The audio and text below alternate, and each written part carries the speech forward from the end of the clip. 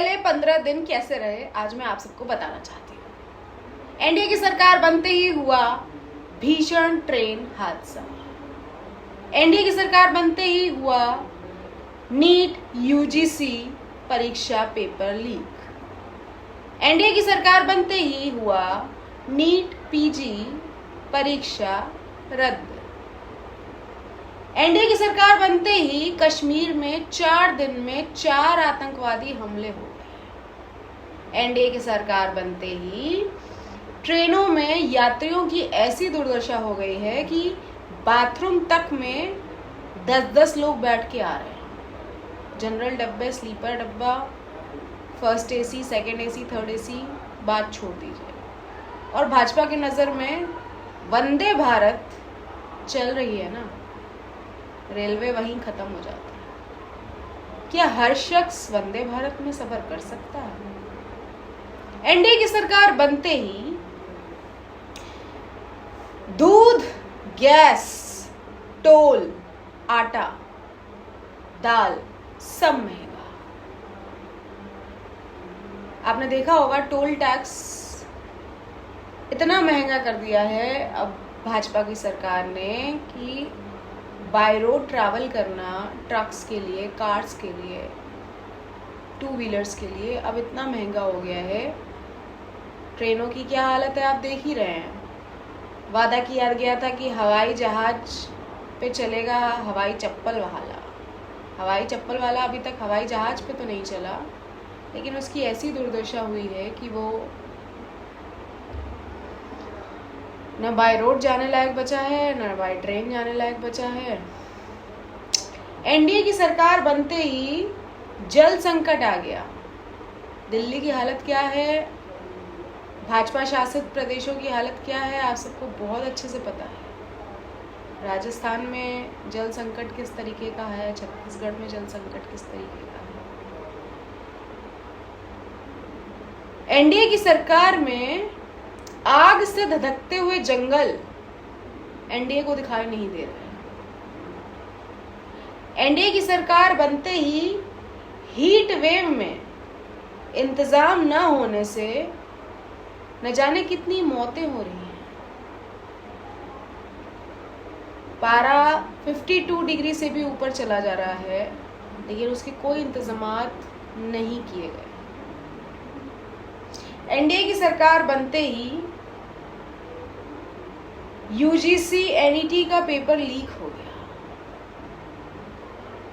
जो कि लाखों बच्चों ने 5-5 हजार का फॉर्म भरा था। नीट पीजी का 7 लाख युवाओं ने फॉर्म भरा था, तो 7 लाख इंटू 5000 करिए कितना बड़ा स्कैम है। और हर स्कैम के तार गुजरात से ही क्यों जुड़े होते हैं, ये पूछना चाहती हूँ आप सबसे। एनडीए की सरकार बनते ही ये सारी चीजें मात्र 15 दिन में, 20 दिन में ये हालात हो गए हमारे देश के। क्या ये सरकार 5 साल चल सकती है? इंडिया गठबंधन पुरजोर कोशिश कर रहा है कि लोगों को उनका हक मिले। भाजपा का संविधान पर ये प्रहार बिल्कुल भी बर्दाश्त नहीं करेगा इंडिया गठबंधन, कांग्रेस पार्टी की सरकार। आदरणीय राहुल गांधी जी लगातार जनता के मुद्दों पर संघर्ष करते आए हैं और अभी तक संसद में संघर्ष कर रहे हैं। जिस शिक्षा मंत्री को इस्तीफा दे देना चाहिए था, वो आज शपथ ग्रहण समारोह में शपथ ले रहा था। आखिर कब देंगे शिक्षा मंत्री इस्तीफा? रेल मंत्री इस्तीफा नहीं दे रहे हैं इतने बड़े भीषण रेल दुर्घटना के बाद। चल क्या रहा है हमारे देश में? पहले कहते थे एक अकेला सब पे भारी, चुनाव से पहले, और चुनाव के बाद कहते हैं अब सरकार मिली जुली हो गई है ना, तो सबसे समझना पड़ेगा देश के फैसले अकेले नहीं ले सकते, सबकी सहमति जरूरी है। अब अकेले नहीं है मोदी जी। 303 से 240 पे आने के बाद लहजा चेंज हो गया है। बातें चेंज हो गई हैं।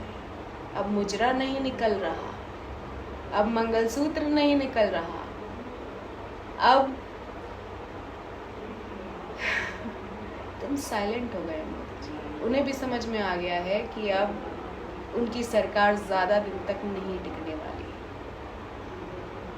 बस दिन गिन रहे हैं वो भी, जितने दिन हैं सरकार में उतने दिन मज़े लूट लें, फिर तो विपक्ष में रह के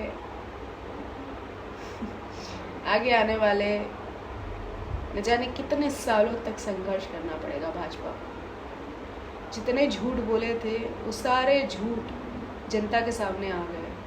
ये यूजीसी और पीजी वाला जो नीट वाला एग्ज़ाम हुआ है, एग्ज़ाम नहीं हुआ, ये अगर 2 महीने पहले ऐसा पेपर लीक और रद्द हो गया होता तो भाजपा के जो 240 आए हैं वो 100 भी पार नहीं हो पाते। 400 पार का जो नारा था वो 100 पार भी नहीं हो पाता, क्योंकि लाखों बच्चे, उनसे जुड़े हुए करोड़ों लोग, सिर्फ एक युवा नहीं एग्ज़ाम देता, उनका पूरा परिवार एग्ज़ाम देता है। एनडीए के ये 15 दिन आप सबको कैसे लगे, कमेंट बॉक्स में मुझे जवाब ज़रूर दीजिएगा। 10 में से कितने नंबर देना चाहेंगे एनडीए सरकार को पिछले 15 दिन में?